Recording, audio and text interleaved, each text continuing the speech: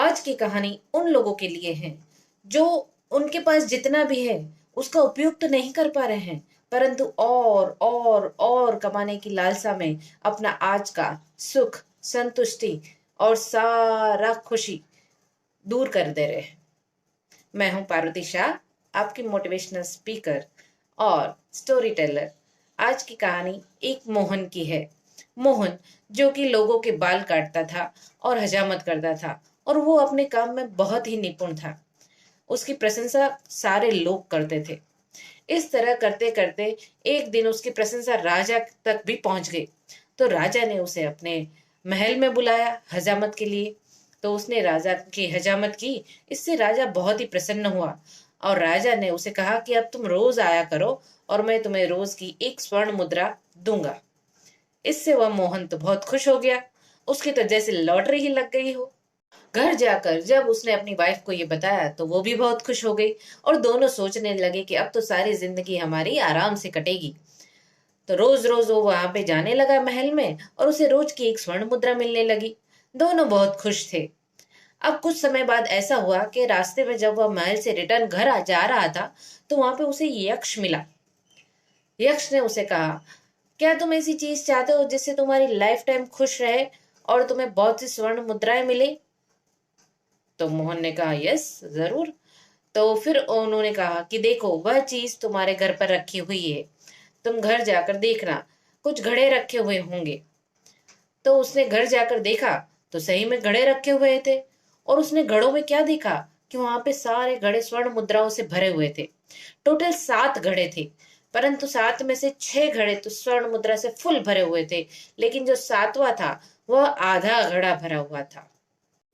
तब मोहन को लगा कि ये 7वां घड़ा आधा क्यों है। वो 6 घड़े जो फुल भरे हुए थे, जिससे उनकी लाइफ तो क्या, आगे की 6-7 पीढ़ी भी आराम से गुजर सकती थी, उसके लिए खुश होने की बजाय वो 7वां घड़ा आधा क्यों है, उसके लिए मोहन दुखी था। तो मोहन ने अपनी पत्नी से कहा, कोई बात नहीं, ये आधा घड़ा हम भर देंगे। तो ऐसा करने के बाद वह जो एक स्वर्ण मुद्रा रोज महल में से लाता था, तो उस स्वर्ण मुद्रा में से थोड़ा बहुत खर्च निकाल के बाकी का धन वो उसमें डाला करते थे। ऐसा करते करते बहुत टाइम बीत गया, लेकिन वो घड़ा तो जैसे भरने का नाम ही नहीं ले रहा था। तो वो बहुत दुखी रहने लगा। मोहन बहुत चिंता में रहने लगा, चिंतित हो गया। तो जब राजा को यह लगा कि ये बहुत चिंता में लग रहा है, तो राजा ने उससे चिंता का कारण पूछा। तो मोहन ने कहा कि घर का खर्चा बढ़ गया है, इसमें अब होता नहीं है, इसीलिए। तो फिर राजा ने उसको उसका दूना दिया। अब एक की जगह 2 मोहर उसे मिलने लगी, रोज की 2 मुद्राएं। परंतु फिर भी उसका घड़ा भर नहीं रहा था।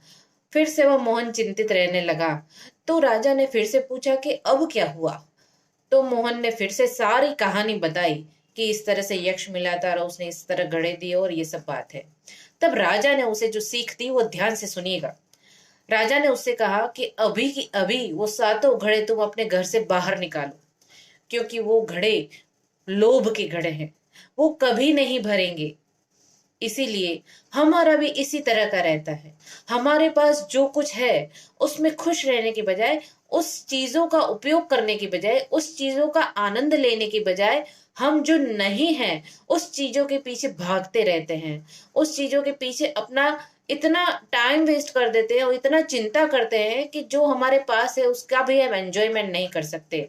तो ऐसा बिल्कुल ना करें। तो आपके पास जो भी हो उसके लिए ग्रेटिट्यूड व्यक्त कीजिए। यदि मोहन ने उन 6 घड़ों का ग्रेटिट्यूड व्यक्त किया होता, ऐसा सोचा होता कि ये 6 घड़े जो मैं रोज की एक एक मुद्रा लेके आ रहा हूं कमाने की, ये एक एक मुद्रा यदि मैं भरता हूं तो भी पूरा जन्म लग जाएगा, मुझे एक घड़ा भी नहीं भरेगा। ये उसने नहीं सोचा।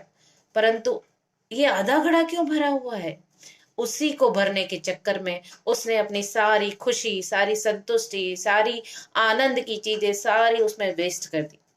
इसलिए दोस्तों, आपके पास जो भी है उसमें खुश रहिए। ऐसा नहीं है कि आप उसके लिए, आप दूसरे आगे बढ़ने के लिए तैयारी ना करें, लेकिन उसके लिए लालच ना करें, लोभ ना करें और अपने आज को ना बिगाड़ें।